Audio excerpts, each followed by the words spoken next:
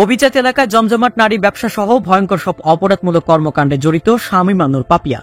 শুধু এক মাসেই এই নারী রাজধানীর অভিজাত এক 5 তারকা হোটেলে বিশাল অঙ্কের বিল পরিশোধ করতে গিয়ে গোয়েন্দাদের চোখে পড়েন।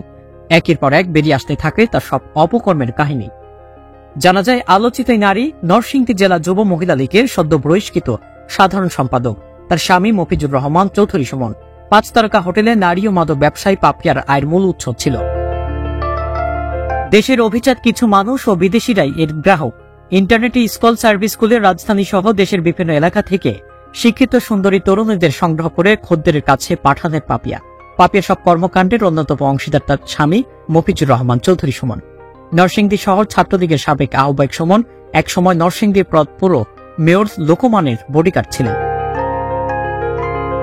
নরসিংদীবাসী জানান, নরসিংদী শহরের ভ্রাকন্তি মহল্লার মতিউর রহমানের ছেলে মফিজুর রহমান চৌধুরী সুমন শৈশব থেকেই সন্ত্রাস কর্মকাণ্ডের সঙ্গে জড়িয়ে পড়েন সুমন। 2009 সালে প্রেমের সম্পর্কের পর পাপিয়া চৌধুরীকে বিয়ে করেন সুমন। এরপর রাজধানীতে জড়িয়ে পড়েন পাপিয়া। 2018 সালে নরসিংদী জেলা যুব মহিলা লীগের সাধারণ সম্পাদক হন পাপিয়া। নরসিংদীর শহরের ভাগতি এলাকায় KMC কার ওয়াশ নামে একটি গাড়ি সার্ভিস সেন্টার রয়েছে তার স্বামী সুমনের।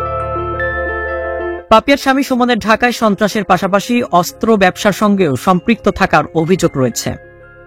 নরসিংদীতে রয়েছে সুমন ও তার স্ত্রী পাপিয়ার বিশাল কর্মী বাহিনী। মাঝে মধ্যেই তারা বিশাল শোডাউন দেন আওয়ামী লীগের মিছিল মিটিংয়ে।